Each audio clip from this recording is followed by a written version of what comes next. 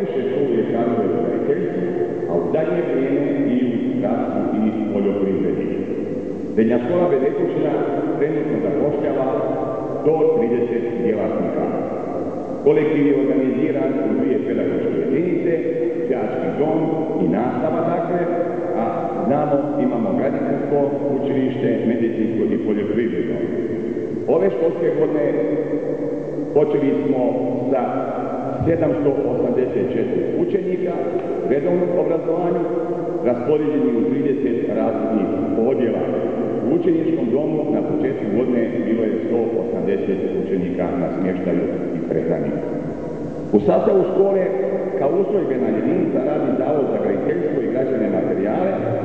Zavod je akreditiran od strane Hrvatske akreditacijske agencije za pružanje usluga i ispitivanje građevnog materijala i certificiranje. Od 1995. u sektoru poljoprivrede, prehrane i veterine školujemo poljoprivrednog tehničara opće.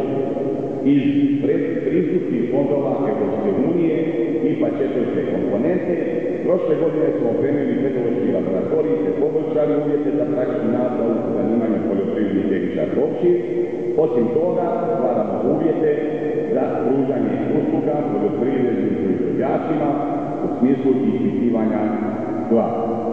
U obrazovanju odraslih uspješno organiziramo i izvodimo teoretsku i praktičnu nastavu.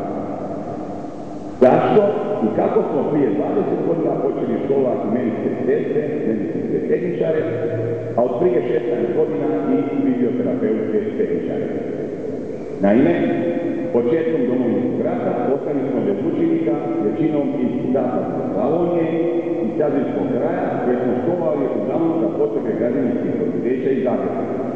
Da bismo popunili kapacitete škole i učeničkog doma, trebalo se ići u nove programe. Tada u svojim programima škola nije imala, da tako kažem, ženskih zanimanja. To nam je upravo naglašavalo općinsko rukovodstvo i sjećam se veći dio mještana i roditelja.